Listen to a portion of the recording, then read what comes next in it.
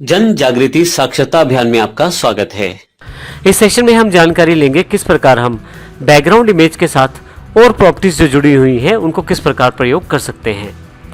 जैसा कि हमने पिछले सेशन में देखा 64.backimage.css में कि हम किस प्रकार बॉडी बैकग्राउंड में, हेडिंग बैकग्राउंड में या पैराग्राफ बैकग्राउंड में इमेजेस को प्रयोग कर सकते हैं। हम इसके साथ साथ इमेजेस की पोजीशन, उसकी अटैचमेंट और रिपीटेशन भी सेट कर सकते हैं। तो आइए जानते हैं ये तीनों चीज़ें क्या हैं, बारी बारी से इनको करके भी हम देखेंगे। सबसे पहले बात करते हैं बैकग्राउंड रिपीट की। यदि आप चाहते हैं कि आपके पास जो बैकग्राउंड है उसको रिपीट किया जाए अलग दिशा में, चाहे वो वर्टिकली है या हॉरिजॉन्टली है, तो आप वो भी कर सकते हैं आसानी से CSS में। इसके लिए आपको बैकग्राउंड रिपीट ऑप्शन का प्रयोग करना है। यदि आप अपनी इमेज को वर्टिकली रिपीट करना चाहते हैं तो रिपीट y वैल्यू का प्रयोग करें। यदि आप अपनी इमेज को वर्टिकली रिपीट करना चाहते हैं तो रिपीट y का प्रयोग करें प्रॉपर्टी वैल्यू में। और यदि आप अपनी इमेज को हॉरिजॉन्टली रिपीट करना चाहते हैं तो आप रिपीट x का प्रयोग करें बैकग्राउंड रिपीट की वैल्यू देते समय।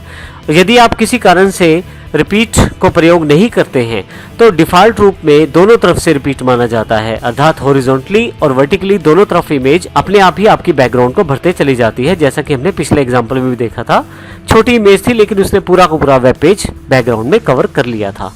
यदि आप कुछ भी डिफाइन नहीं करते तो डिफ़ॉल्ट रूप में आपकी जो इमेज है वो दोनों तरफ रिपीट रहती है, हॉरिजॉन्टली और वर्टिकली दोनों तरह से।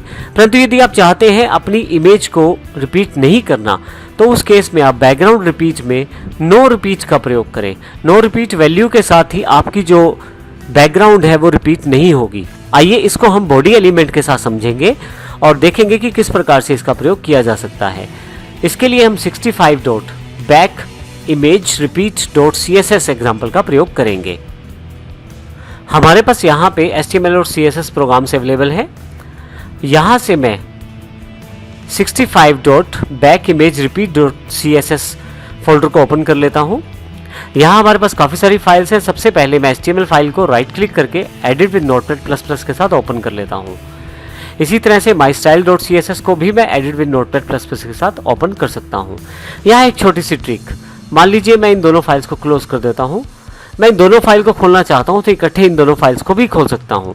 इसके लिए नोटपैड++ को ओपन करें, फाइल ओपन में जाकर, और यहाँ से जहाँ भी आपके पास ये फाइल्स पड़ी हैं, जैसे कि मेरे कंप्यूटर में D ड्राइव पे पड़ी हैं CSS में HTML CSS प्रोग्राम्स और backimagerepeat.css। अब इन दोनों फाइलों को यहाँ मैं सेलेक्ट कर लेता हूँ और ओपन कर लेता हूँ।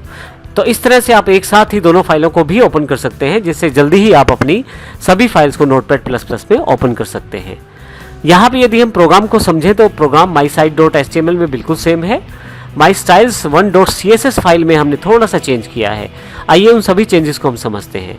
सबसे पहले यदि आप देखें तो बॉडी सेगमेंट में ही केवल हमने इस CSS रूल को अप्लाई किया है, बाकी किसी भी जगह हमने रूल को अप्लाई नहीं किया है, अर्थात जो इमेज है वो केवल बॉडी में लगाई गई है।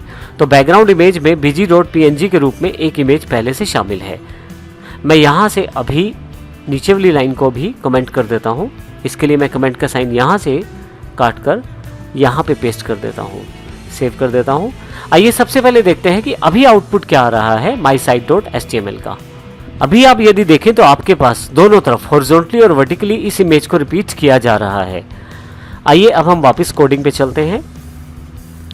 यदि मैं यहाँ पे नो रिपीट कर देता हूँ, अर्थात मैं इसको यहाँ से हटाकर वापस कमेंट यहाँ पे पेस्ट कर देता हूँ, और इसका अर्थ ये हुआ कि इस बैकग्राउंड रिपीट प्रॉपर्टी को मैं यूज़ करना चाहता हूँ।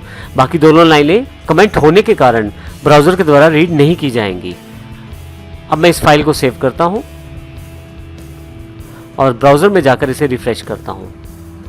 अब यदि आप ध्यान दें तो जो आपकी इमेज है वो केवल एक बार आपको दिखाई गई है, क्योंकि मैंने यहाँ पे उसकी प्रॉपर्टी नो रिपीट सेट कर दी है।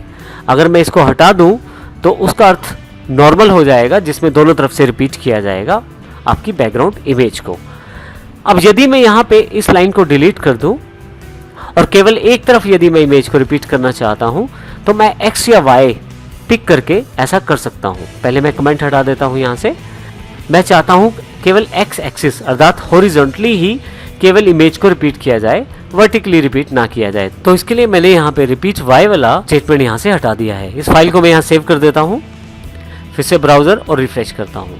आप देखेंगे केवल ऊपर की तरफ इस इमेज को बैकग्राउंड में दिखाया गया है एक्स एक्सिस पे, अर्थात हॉरिजॉन्टली आपको ये इमेज दिखाई दे रही है।